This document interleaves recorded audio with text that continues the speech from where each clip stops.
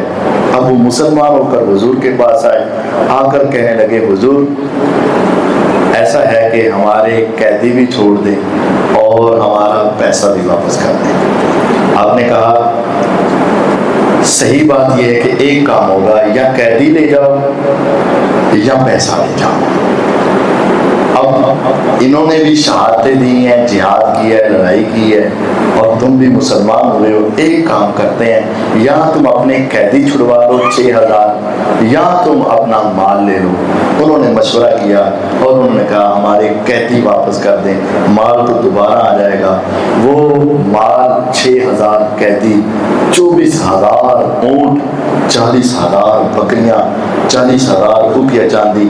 حضور نے کیا کیا، جو نئے نئے مسلمان ہوئے تھے نا ان کو 100 اونٹ عطا کر دیا. تصور کریں آج ایک اونٹ کتنے کا ہے؟ 4 لاکھ کا دلائیے تو 100 اونٹ کتنے کے بنے؟ 4 کروڑ، 4 کروڑ روپیہ ان کو. ابھی کل مسلمان ہوئے، آج ان کو داماد. جب آپ نے 100 اونٹ دیا، قیدی دیے، بکریاں دی، سب کو دیا، عام کو بھی دیا لیکن ان کو ذرا زیادہ. عام بندے کے حصے میں کسی کے حصے میں 4 اونٹ آئے، کسی کے اگر گھوڑا تھا تو 12 اونٹ آئے، بکریاں بھی اسی حساب سے آئیں. کسی کو 40 بکریاں ملی، کسی کو 120 بکریاں ملی، بہت مال آئے. لیکن انصار کہنے لگے یار اچھی بات ہے، لڑائی ہم نے کی، جہاد ہم نے کیا، ہماری تلواروں سے ابھی خون ٹپک رہا ہے، حضور نے ہمیں میدان میں بلایا اور ہم آگے بڑھ کر لڑے اور 100 اونٹ ان کو دے دیے. یہ چند نوجوان نا ذرا جذبات میں آ کر یہ بات کرتے ہیں. میرے آقا تک یہ پیغام پہنچا کہ انصار کچھ ایسی بات بھی کر رہے ہیں کہ اپنے خاندان کو آپ نے ایسے دے دیا. نبی پاک صلی اللہ علیہ وسلم نے فرمایا سارے انصاریوں کو اکٹھا کر، لیکن انصار کے علاوہ کوئی نہ ہو. جب اکٹھے ہو گئے انصار، میرے آقا گئے ان کے پاس، فرمایا انصاریوں جو تم نے کہا تم نے سچ کہا. میں نے ان کو مال دیا، 100 اونٹ دیے، بکریاں دی، غلام دی، بہت کچھ دی. لیکن بات یہ ہے کیا تم اس بات پہ راضی نہیں ہو کہ جب وہ لوگ جائیں تو ان کے گھروں میں اونٹ جائیں، بکریاں جائیں، اور جب تم پلٹو تو تمہارے پاس نبیوں کا نبی، اماموں کا امام محمد الرسول اللہ جائے صلی اللہ علیہ وسلم. جب آپ نے اپنی محبت کا اظہار کیا اور فرمایا تم میرے ہو، میں تمہارا ہوں. اگر انصار کسی ایک راستے پہ چلے اور باقی ساری دنیا ایک راستے پہ چلے، میں تو تمہارے ساتھ چلوں گا. تم میرے سے محبت کرنے والے، میں تم سے. تو انصار رو پڑے اور کہنے لگے حضور آج کے بعد کبھی ایسی سوچ ہمارے اندر نہیں آئے گی. نبی کریم صلی اللہ علیہ وسلم پھر وہاں سے واپس ہوئے، مدینہ طیبہ میں پہنچے تو آگے سے پھر کیا ہوا، وہ پیچھے 8 ہجری میں پہلے غزوہ موتا ہوا تھا، رومیوں کو شکست ہوئی تھی. اب رومیوں نے پھر تیاری شروع کر دی اور آپ کو پتا چلا کہ اب روم کا بادشاہ قیصر خود 40,000 کی فوج، بڑی اسپیشل فورس، ایلیٹ کلاس تیار کر کے مسلمانوں پر حملہ کرنا چاہ رہے. حضور نے کہا اچھا وہ حملہ کرے گا، ہم اس سے پہلے اس پر حملہ کریں گے. آپ نے صحابہ کو تیار کیا. آپ نے صحابہ کو تیار کرنے کے لیے خوب تمام مسلمانوں کو حکم دے دیا تیاری کریں. 30,000 کا لشکر، یہ آپ کی زندگی میں سب سے بڑا لشکر اب تیار ہوا. کہاں بدر 313، کہاں احد 7، کہاں خندق 1500، کہاں مکہ فتح 10,000، حنین 12,000، اور اب کتنے 30,000 کا لشکر آپ نے تیار کیا. اور آپ نے فرمایا اتنا بڑا لشکر ہے تو اس کے لیے کچھ ساز و سامان چاہیے. میرے آقا نے مسجد نبوی میں جہاد کے لیے چندہ مانگا. چندہ مانگنا یہ میرے نبی کی سنت ہے. لیکن اپنی ذات کے لیے نہیں۔ چندہ مانگنا یہ میرے نبی کی سنت ہے، لیکن اپنی ذات کے لیے نہیں، اپنے دین کے لیے چندہ مانگا، اسلام کے لیے چندہ مانگا۔ آپ نے کہا صحابہ لے کر آؤ، ہر شخص لے کر آئے، تھوڑا ہو یا بہتا ہو لے کر آؤ۔ پھر صحابہ گئے، ابو بکر رضی اللہ عنہ گئے تو لے کر آئے۔ عمر رضی اللہ عنہ کہتے ہیں میرے پاس آج زندگی میں سب سے زیادہ مال تھا، خیبر کی وجہ سے، مکہ فتح کی وجہ سے، حنین کی وجہ سے سب سے زیادہ میرے پاس مال تھا۔ میں نے جا کر اپنے مال کے 2 حصے کیے، آدھا حصہ اٹھا کر لے آیا۔ حضور نے مجھے دیکھا تو پوچھا کتنا لائے؟ میں نے کہا حضور جتنا میری ملکیت میں تھا آدھا لے کر آ گیا۔ ابو بکر رضی اللہ عنہ سے پوچھا، میرے دل میں تھا کہ آج میں ابو بکر سے آگے پہلے نمبر پہ جاؤں گا۔ ابو بکر رضی اللہ عنہ سے پوچھا گھر کیا چھوڑ کر آئے؟ سوال میں فرق تھا، سوال یہ تھا عمر تم لے کر کے آئے، ابو بکر تم چھوڑ کر کے آئے، کیونکہ ظاہر نظر تو آ رہا تھا ابو بکر کا تھوڑا ہے، عمر کا بہتا ہے، زیادہ ہے، تو آپ نے سوال ہی بدل دیا۔ ابو بکر عمر تم کیا لے کر آئے؟ آدھا لے کر آیا رضی اللہ ہے۔ ابو بکر رضی اللہ تم کیا چھوڑ کر آئے؟ حضور اللہ اور اس کے رسول کی محبت کے سوا گھر میں کچھ نہیں چھوڑ کر آیا۔ جب یہ جملہ سنا عمر رضی اللہ حیران ہوئے، ابو بکر تم اتنے عظیم ہو کہ اپنے گھر میں اللہ رسول کی محبت کے سوا کچھ نہیں چھوڑا۔ میں نے دل میں خیال کر لیا ابو بکر تجھ سے آگے کبھی بڑھ نہیں پاؤں گا۔ فرمایا لوگوں ابھی گھوڑے چاہیے، اونٹ چاہیے۔ کھڑا ہوا ایک شخص، مدینے کا مظلوم شخص کھڑا ہوا، کہا حضور 100 اونٹ اس کے اوپر لدا ہوا سامان مسلمانوں کے لیے حاضر ہے۔ فرمایا 100 اونٹ تو تھوڑا ہے، اور چاہیے؟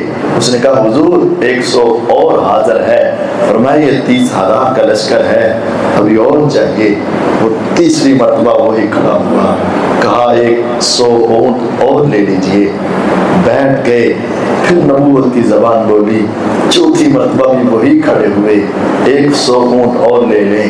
5ویں مرتبہ، 6ویں مرتبہ، 7ویں مرتبہ، 8ویں مرتبہ، 900 اونٹ 9ویں مرتبہ کہا حضور آپ کے لشکر کے لیے اکیلا عثمان 900 اونٹ دیتا ہے رضی اللہ تعالیٰ عنہ۔ میرے آقا نے کہا گھوڑے، صحابہ کی طرف نگاہ اٹھائی تو سب سے پہلے وہی کھڑے ہوئے، کہا حضور 100 گھوڑا، تصور کریں ₹1,00,000 دینا مشکل، 100 گھوڑا عثمان تمہیں عطا کرے گا۔ میرے آقا نے کہا بیٹھ جاؤ، اور گھوڑے چاہیے۔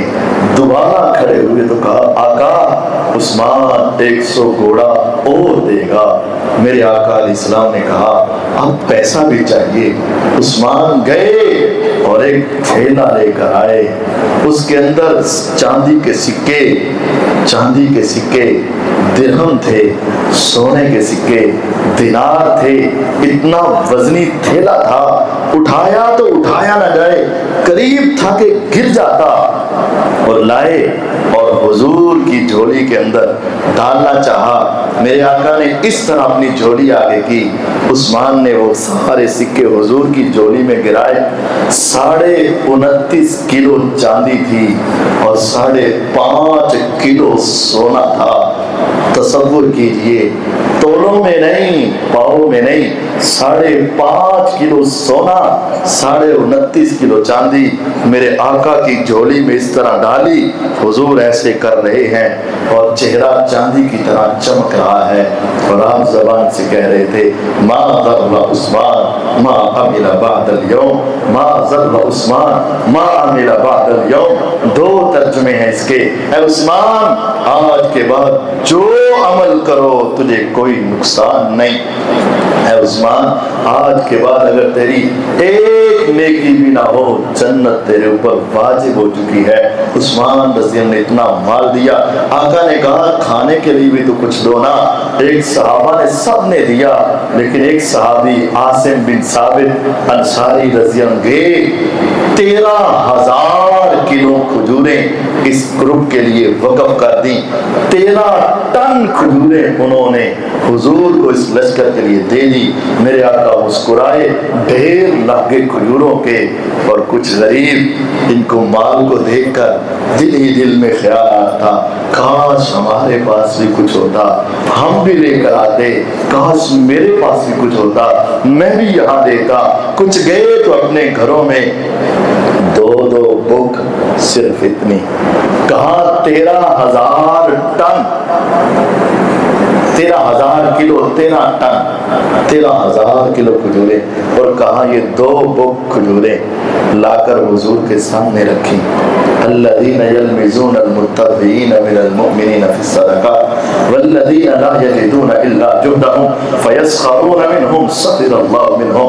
منافق بیٹھے تھے، اگر کوئی زیادہ لے کر آتا کہتے ہیں ریاکار، اور اگر کوئی بیچارہ تھوڑا لے کر آتا، لو اتنی کھجوروں سے کسریٰ اور قیصر کو فتح کرنے چلے، اتنی کھجوروں سے روم کا مقابلہ کرنے چلے، میرے آقا ان کو پکڑا اور بڑے بڑے ڈھیروں پر آپ نے گرا کر فرما دیا ان کی برکت کی وجہ سے اللہ ہمیں مزید برکتیں عطا فرمائیں گے۔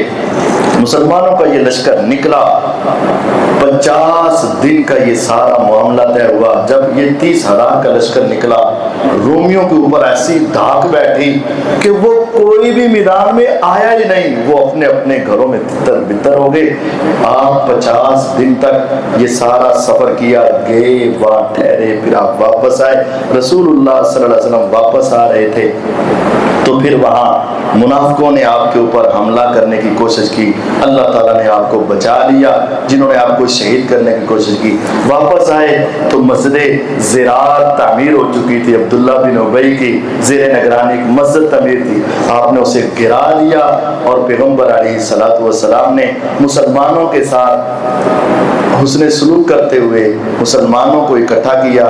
3 مسلمان سچے تھے جو بلا عذر رہ گئے، ان کی پھر بعد میں ان کے اوپر 50 دن تک بائیکاٹ رہا، پھر ان کی توبہ قبول ہوئی، منافقوں آپ نے ایسے ہی چھوڑ دیا۔ یہ 9 ہجری کا معاملہ۔ پھر اسی سال جب حج کا دن آیا تو آپ نے ابو بکر رضی اللہ عنہ کو حج کے لیے روانہ کر دیا۔ پہلا سال تھا حج کا، پچھلے سال مکہ فتح ہوا تھا، حج کے لیے ابو بکر رضی اللہ عنہ روانہ ہوئے، اور پیچھے سے علی رضی اللہ عنہ کو بھی روانہ کیا۔ حج ہوا، پھر آئندہ سال آیا، حضور نے اعلان کروا دیا کہ پوری دنیا سے جتنے مسلمان حضور کے ساتھ حج کرنا چاہتے ہیں وہ تیار ہو جائیں، اس مرتبہ حضور حج پڑھائیں گے۔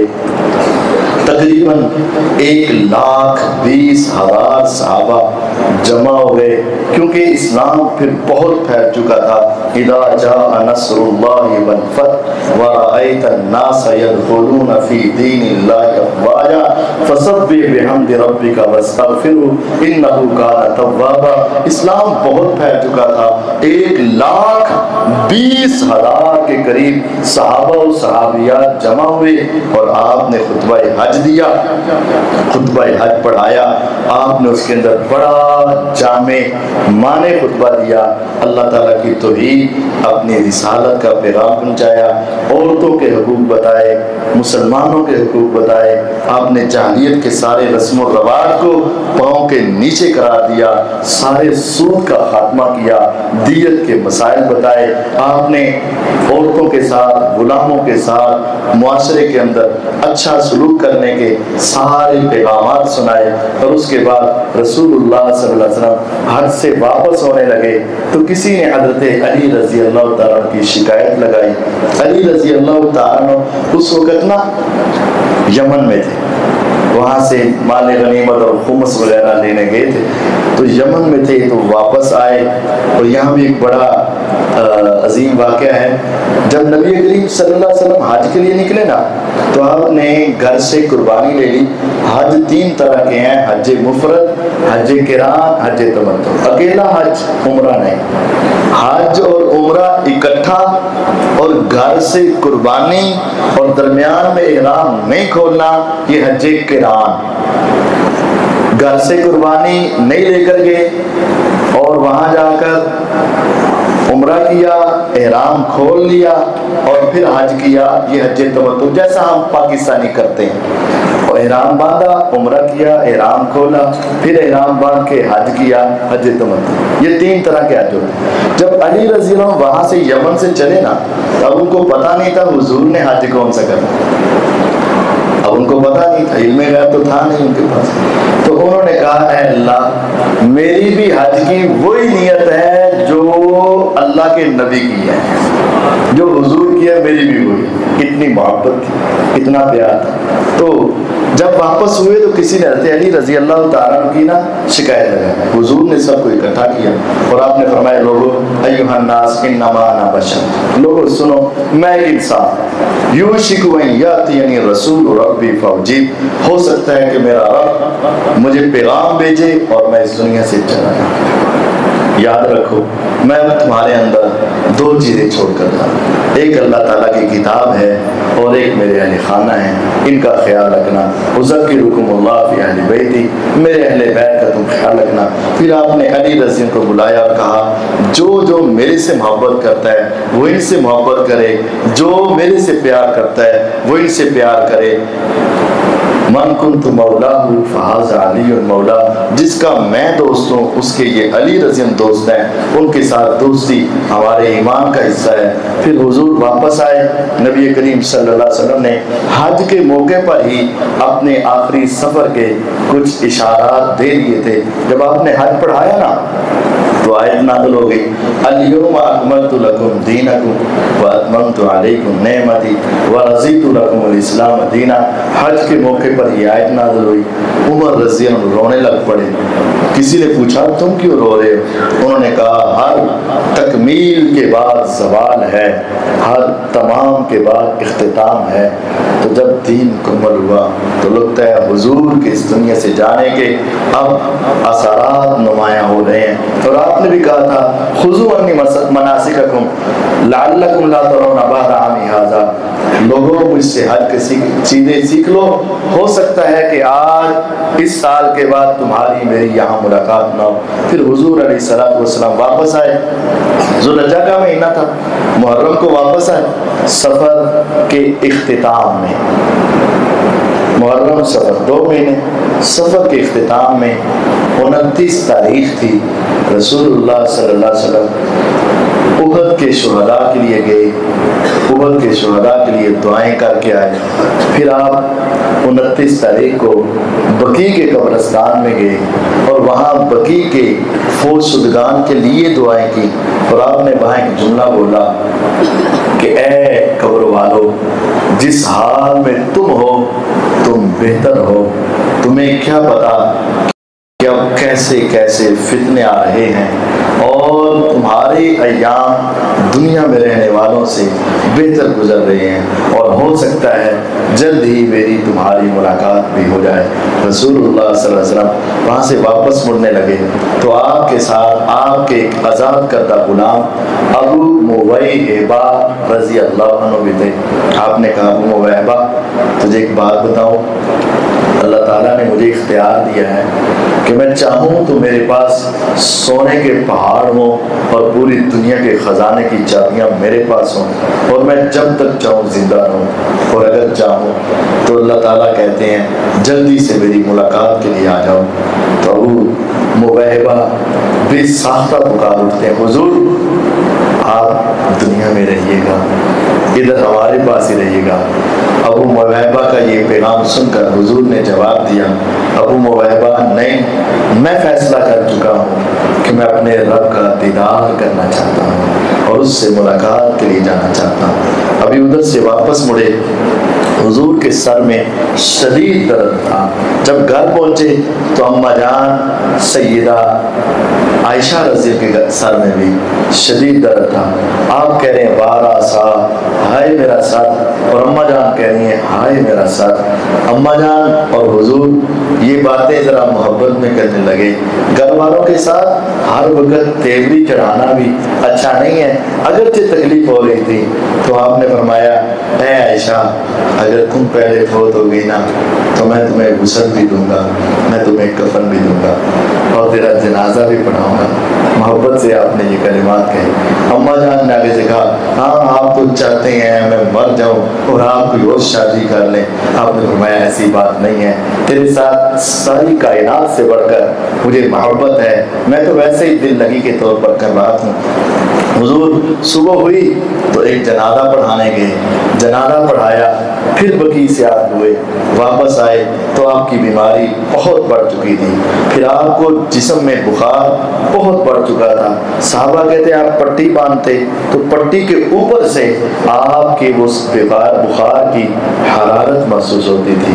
پھر آپ ایک ہفتہ تک بیمار رہے، لیکن مسجد نبوی میں جا کر نمازیں پڑھاتے رہے، اور اس ہفتے میں آپ سیدہ میمونہ رضی کے گھر میں جب تھے تو آپ نے اس وقت آپ کی طبیعت بہت بوجھل ہو گئی تو آپ نے اپنی دوسری ازواج کو وہاں اکٹھا کیا اور ان سے کہا کہ اگر تم اجازت دو میں اپنی باریاں ختم کر کے اب اپنی باری عائشہ کے گھر میں گزار لوں رضی اللہ عنہ، اگر تمہاری اجازت ہو۔ ہر روز ہر ایک کے پاس جانا مجھے مشکل لگتا ہے، تم میرے پاس آ کر میری تیمارداری کر لیا کرنا۔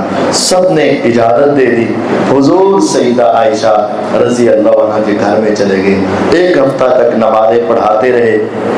آخری نماز جو آپ نے پڑھائی جمعرات کا روز مغرب کی نماز آپ نے آخری پڑھائی، اور سورۃ والمرسلات عرفا فالعاصفات عصفا اس کے اندر آپ نے تلاوت کی۔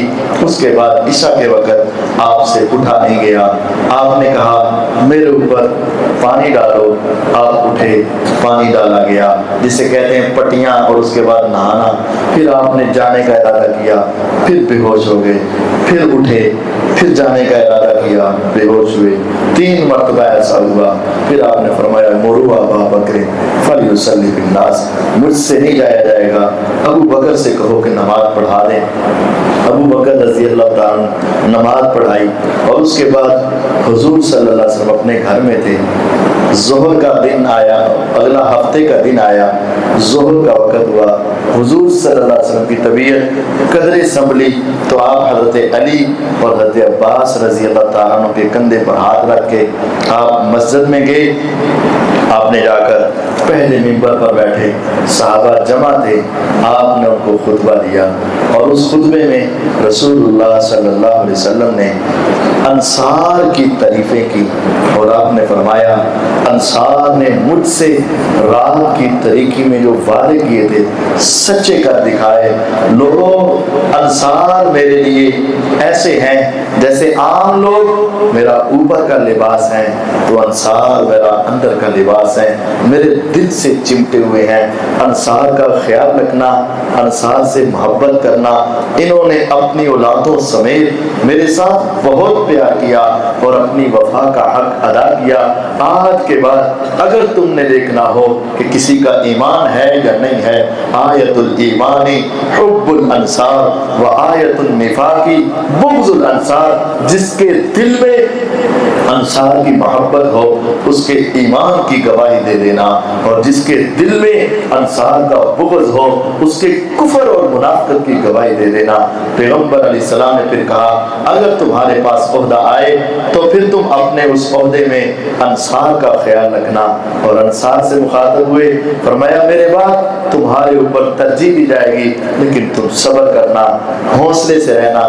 پھر آپ نے فرمایا لوگوں اگر کسی نے مجھ سے بدلہ لینا ہے تو میں محمد صلی اللہ علیہ وسلم تمہارے سامنے حاضر ہوں۔ تصور کریں 2 آدمیوں کے سہارے سے لڑکھڑاتے قدموں سے آ کر منبر پر بیٹھے اور آپ یہ کلمات کہہ رہے تھے اگر کسی نے مجھ سے بدلہ لینا ہے تو بدلہ لے لے، آج میں محمد اس دنیا میں زندہ ہوں صلی اللہ علیہ وسلم، بدلہ دے سکتا ہوں، روز قیامت مجھ سے کوئی مطالبہ نہ کرنا۔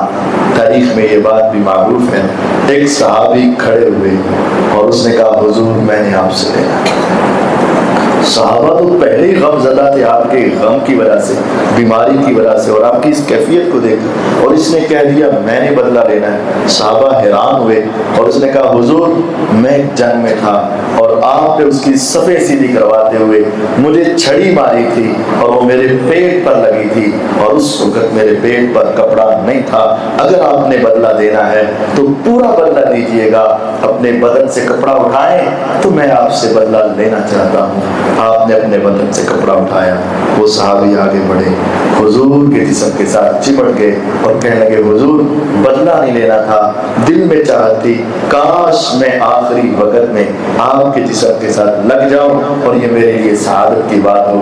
حضور نے خطبہ دیا، ختم ہوا، نماز پڑھائی، پھر آپ نے تھوڑی سی نصیحتیں کی اور کہا یہود و نصارہ پر اللہ کی لعنت، انہوں نے اپنے نبیوں کی قبروں کو سجدہ گاہ بنا لیا، میرے بعد تم نے میری قبر کو سجدہ گاہ نہیں بنانا، قبر نبی کی بھی ہو سجدہ تم نے نہیں کرنا۔ حضور چلے گئے، اس کے بعد آقا کبھی منبر پر نہ آ سکے اور کبھی مسجد میں نہ آ سکے، چلے گئے۔ پھر آپ کی زندگی کا آخری دن 12 ربیع الاول، فجر کی نماز کا وقت، ابو بکر رضی اللہ عنہ امام، صحابہ پیچھے مقتدی، جماعت ہو رہی، نماز کے اندر قرات کی تلاوت ہو رہی، آقا نے فکشف عن صرف حجرتی، حجرے کا پردہ اٹھایا، صحابہ کو دیکھا، حضور کو اطمینان ہوا میں جس دین کو لے کر آیا تھا تنہا تھا، اور یہ سینکڑوں اس رب کی عبادت میں مصروف ہے۔ جب آپ نے پردہ پیچھے ہٹایا، صحابہ کو حضور کے دیکھنے کی اتنی خوشی ہوئی، کہتے ہیں قریب تھا کہ ہم نمازیں توڑ دیتے اور حضور کے چہرے کا دیدار کرتے، لیکن ہم نماز میں تھے، حضور نے ان کو دیکھا، اللہ کا شکر ادا کیا، پھر آپ نے کپڑا آگے کیا، اس کے بعد آپ کپڑا پیچھے نہ کر سکے، نماز پڑھی گئی، نبی کریم صلی اللہ علیہ وسلم اپنے گھر میں تھے، ابو بکر رضی اللہ گھر میں گئے، پوچھا حضور کیفیت کیسی؟ کہا آج قدر بہتر ہے۔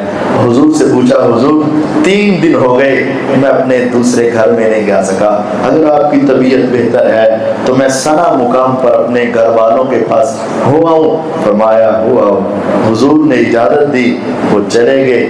پھر جب دوپہر کا وقت آیا، حضور کی کیفیات بدلنے لگی، آپ نے کہا میری لخت جگر سیدہ فاطمہ الزہرا رضی اللہ عنہا کو بلاؤ، باپ کو اپنی بیٹی سے جو محبت ہوتی ہے وہ صرف باپ کو معلوم ہوتی ہے، اور بیٹی ایک تھی جو سیدہ خدیجہ کی نشانی تھی، حضور کو اس وجہ سے بے پناہ محبت تھی۔ کہا میری بیٹی کو بلا لو، شاید یہ میری زندگی کے آخری لمحات۔ بیٹی آئی، حضور کو دیکھا، حضور بے چین تھے، قریب آپ نے پیالہ رکھا ہے، کبھی پانی کے اندر ہاتھ ڈالتے ہیں، کبھی اپنے چہرے پہ لگاتے ہیں، کبھی اپنا کپڑا چہرے پہ رکھتے ہیں، کبھی نیچے اتارتے ہیں، بے چین کیفیت ہے۔ بیٹی نے اس کیفیت میں دیکھا، بے ساختہ پکار اٹھی، واہ کربا ابا، واہ کربا ابا، ہائے میرے بابا کی گھبراہٹ، ہائے میرے والد کی گھبراہٹ۔ آپ نے جملہ بولا لیس علی ابی کی کرب بعد اليوم، بیٹا صبر کرنا، آج کے بعد تیرے بابا پر کوئی تکلیف نہیں آئے گی۔ آپ نے تو ایسے کہا، انہوں نے دنیا کا سمجھا ہوگا، حضور یہ فرما رہے تھے آج میری آخری تکالیف ہے۔ پھر آپ نے اپنی بیٹی کو اپنے قریب بلایا اور کہا بیٹی ہو سکتا ہے کہ تیری اور میری آج کی آخری ملاقات ہو، اس کے بعد دنیا میں مل نہ سکے۔ بے ساختہ رو پڑی، پھر اپنے قریب بلایا اور کہا اس کے بعد سب سے پہلی میری اور تیری ملاقات ہوگی میرے خاندان میں سے۔ وہ مسکراہٹ کے اندر بدل گئی، لیکن پھر پیغمبر علیہ السلام کا بولنا بند ہو گیا، آپ سے بولا نہیں جا رہا تھا۔ آپ نے اپنا سر مبارک سب سے عظیم اور محبوب بیوی سیدہ عائشہ رضی اللہ عنہ کے گود میں رکھا اور آپ اس طرح بیٹھ گئے۔ حضور بیٹھے ہیں تو عبد الرحمن بن ابی بکر رضی اللہ عنہ آئے، ان کے ہاتھ میں ایک مسواک ہے، مسواک کر رہے ہیں۔ حضور نے اس مسواک کو دیکھنا شروع کیا۔ امی عائشہ رضی اللہ عنہا حضور کے اشاروں کو سمجھنے والی بیوی، کہا حضور لگتا ہے آپ مسواک چاہتے ہیں۔ فرمایا ہاں مسواک چاہیے۔ آپ نے ان سے مسواک لی، حضور کو دی، حضور نے چبانا چاہا،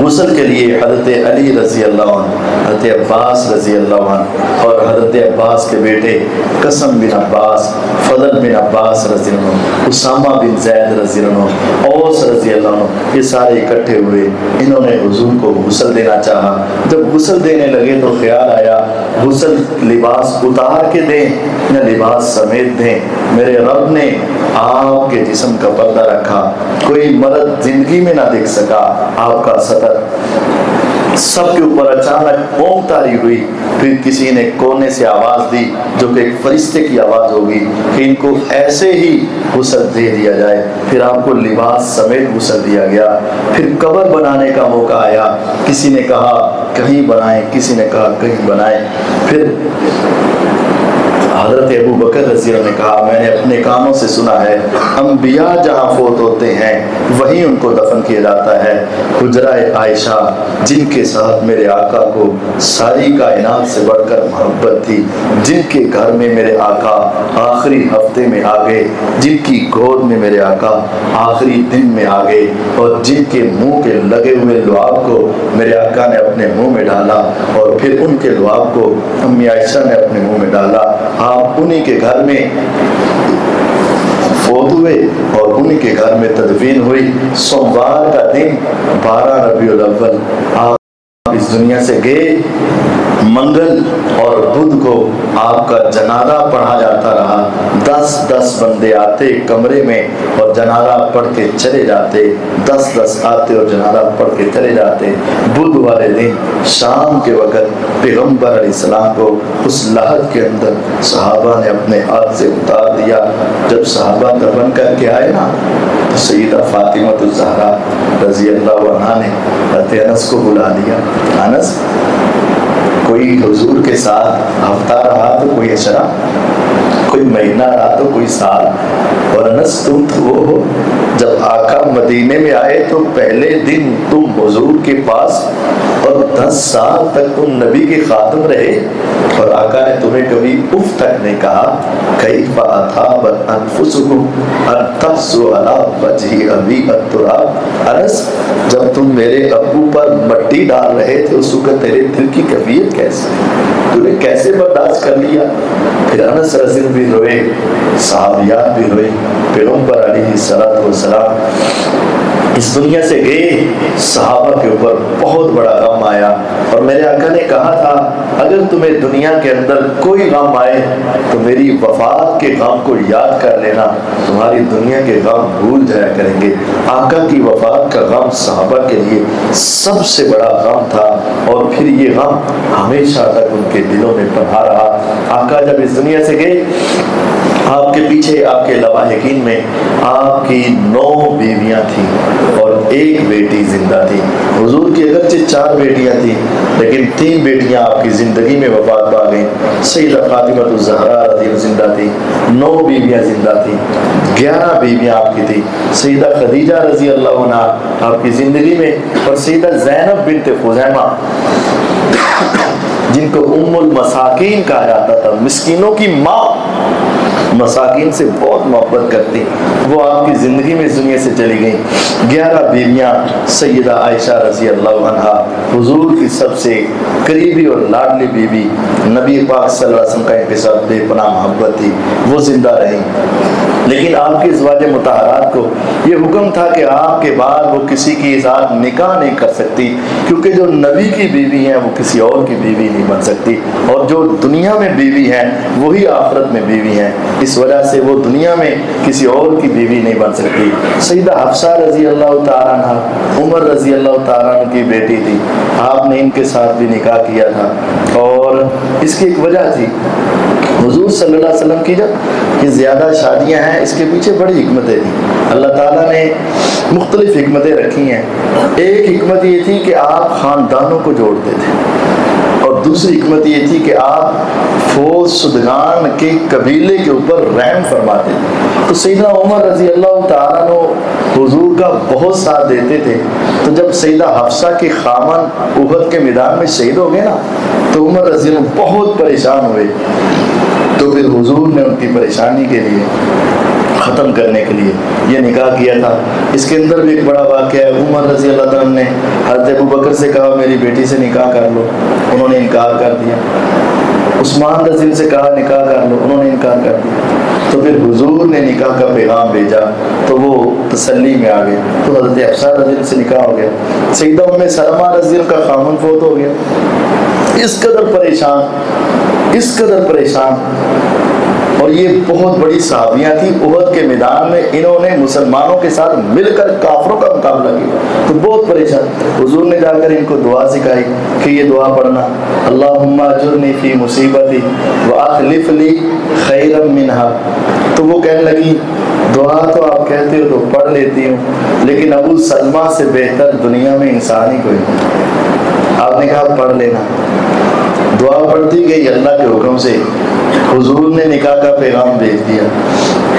انہوں نے کہا یہ تو میری خوش قسمتی ہے، لیکن بات یہ ہے میری عمر بڑی ہے، میرے پاس بچے ہیں، یہ آپ کو تنگ کریں گے، اور میرا مزاج ذرا سخت ہے، تو کہیں آپ کی کہیں گستاخی نہ کر بیٹھوں، اس وجہ سے نکاح ہے۔ لیکن آڈر آسمان سے تھا، تو آپ نے کہا جو تیری عمر زیادہ ہے تو عمر تو میری بھی زیادہ ہے، اور اگر تیری اولاد ہے تو اولاد تو میری بھی ہے، اور میں بھی ان کو پال لوں گا، اور اگر مزاج کی سختی ہے تو میں دعا کروں گا وہ نرم ہو جائیں گی۔ تو یہ اللہ کا فیصلہ ہے۔ پھر وہ مان گئے اور نکاح ہوا، اور اللہ تعالیٰ نے یہ ساری صفات دے دی۔ اور اس کے بعد وہ کہتی ہیں میں نے حضور کی اس آیت کو، حدیث کو پہلے عقل پر رکھا کہ مدینے میں ابو سلمہ سے بہتر انسان کوئی نہیں، لیکن جب دعا پڑی تو حضور مل گئی، میں سمجھ گئی حضور کی بات عقل میں نہ بھی آئے لیکن ہوتی سچ ہے، اللہ نے اس سب سے بہتر پیغمبر محمد صلی اللہ علیہ وسلم دے دی۔ حضور کی اور بھی بیویاں، سیدہ ام حبیبہ، ابو سفیان جب مسلمان ہوئے نا، انہوں نے حضور کے پاس آ کر کہا حضور 3 سفارشیں۔ پہلی سفارش یہ ہے کہ میرا بیٹا بہت اچھی رائٹنگ ہے، اس کی لکھائی ہے، معاویہ رضی اللہ ان کو اپنا کاتب بنا لیں۔ آپ نے فرمایا ٹھیک۔ میری بیٹی عرب کی سب سے حسین بیٹی ہے، اس سے آپ نکاح کر لیں۔ آپ نے فرمایا ٹھیک ہے، ام حبیبہ سے نکاح کر لیں۔ مجھے اب جہاد کے لیے بھیج دیں۔ فرمایا تم بوڑھے ہو، بوڑھا ضرور ہو، لیکن بدر، احد، خندق کا بدلہ چکانا چاہتا ہوں، دشمنوں سے ٹکرانا چاہتا ہوں، جہاد کے اندر جانا چاہتا ہوں۔ آپ نے فرمایا ٹھیک ہے، ان کو جہاد پر بھیج دیا۔ نبی کریم صلی اللہ علیہ وسلم کی ایک بیٹی سیدہ فاطمہ الزہرا رضی اللہ تعالی عنہا 6 مہینے تک زندہ رہی، پھر وہ بھی اللہ تعالیٰ کے پاس چلی گئی۔ یہ حضور کی مختصر سیرت جو پیدائش سے لے کر وفات تک ہے، ہم نے آپ کے سامنے رکھی، اور اس کا مقصد فقط کیا ہے؟ مقصد صرف یہ ہے ہم اپنے حضور کے اسوے کو پہچانیں، آقا کے ساتھ محبت پیدا ہو، کیسے حضور نے ہماری خاطر کیا کیا تکالیف اٹھائیں، مصائب اٹھائے، بیٹیوں کو طلاقیں ہوئیں اور آپ کے دندان شہید ہوئے، سر میں چوٹیں لگیں، کمر پہ زخم آئے، حضور نے سب کچھ برداشت کیا، لیکن توحید اسلام کی دعوت آگے پہنچاتے رہے، اور جب سچے دل سے آگے پہنچاتے رہے تو یہ پیغام ہمارے تک پہنچا۔ ہمارے دلوں میں حضور کی محبت سب سے زیادہ ہونی چاہیے، اور اس محبت کے اندر کوئی مفاد نہیں ہونا چاہیے، اور حضور کی محبت میں حضور کا اسوہ نمونہ اپنے اندر پیش کرنا چاہیے۔ انشاءاللہ اللہ تعالیٰ نے ایک موقع دیا تو آئندہ سال حضور کی اس اعتبار سے بھی سیرت بیان کی جائے گی کہ رویے میرے حضور کے، حضور کا گھر میں بیٹھنا کیسا تھا، مسجد میں آنا کیسا تھا، بازار میں کیسا تھا، غلاموں سے کیسا تھا، بیویوں سے کیسا تھا، اور خادموں سے، قیدیوں سے کیسا تھا، وہ سارے رویے بھی بیان کریں گے انشاءاللہ۔ لیکن جو آج ہم نے ختم کیا ہے یہ حضور کی جہادی زندگی بھی ہے اور حضور کی دعوتی زندگی بھی ہے، اس کو اپنانے کی کوشش کریں اور حضور کے ساتھ سچی محبت رکھیں۔ یقین جانیے، آخری حدیث سن لیں، ہمارے پاس صرف ایک چیز ہے، ہمارے پاس صرف یہ ایک چیز ہے جو اس حدیث میں، کاش کہ وہ صحیح ہو جائے، ہمارے پاس صرف ایک چیز ہے اور کاش کہ وہ سیود ہے۔ حضور نے فرمایا، سیدنا انس رضی اللہ عنہ فرماتے ہیں میری زندگی کا سب سے زیادہ خوشی والا دن وہ تھا جب میں نے وہ حدیث سنی، اور آپ کی زندگی کا بھی سب سے عظیم دن وہی ہونا چاہیے جب ہم اس حدیث پہ عمل کر لیں۔ آپ نے فرمایا تھا المرء مع من احب یوم القیامہ، قیامت کا دن ہوگا، نیکیوں کی بنیاد پر بھی فیصلے ہونے ہیں، لیکن جس کے دل میں جس کی محبت سب سے زیادہ ہوئی، اللہ ان دونوں کو اکٹھا کر کے کھڑا کر دے گا۔ حضرت انس فرماتے ہیں میں نے کہا بس میں کامیاب ہو گیا، میں کامیاب، کیونکہ اللہ کی قسم میرے دل میں سب سے زیادہ محبت حضور پاک صلی اللہ علیہ وسلم کی ہے، اور ان کے بعد ابو بکر، اور ان کے بعد عمر، اور ان کے بعد عثمان، اور ان کے بعد علی رضی اللہ عنہ کی محبت ہے۔ اللہ کی قسم میں تو کامیاب و کامران ہو گیا۔ عمل اگرچہ تھوڑے ہیں لیکن حضور نے کہہ دیا تو میں روز قیامت ان کے ساتھ کھڑا ہو جاؤں گا۔ آج ہمیں بھی محبت سب سے زیادہ ہونی چاہیے، اور اس طرح کی ہونی چاہیے جیسے حضور کے صحابہ نے کی، انس رضی اللہ عنہ نے کی، محبت کی، اور محبت کا تقاضا یہ تھا سیرت کو اپنایا۔ آج ہمیں بھی حضور کی سیرت کو اپنانے کی ضرورت ہے۔ اللہ تعالیٰ مجھے اور آپ کو آقا کے ساتھ سچی محبت عطا فرمائے اور ان کی سیرت پر عمل کرنے کی توفیق عطا فرمائے۔ وآخر دعوانا ان الحمد للہ رب العالمین۔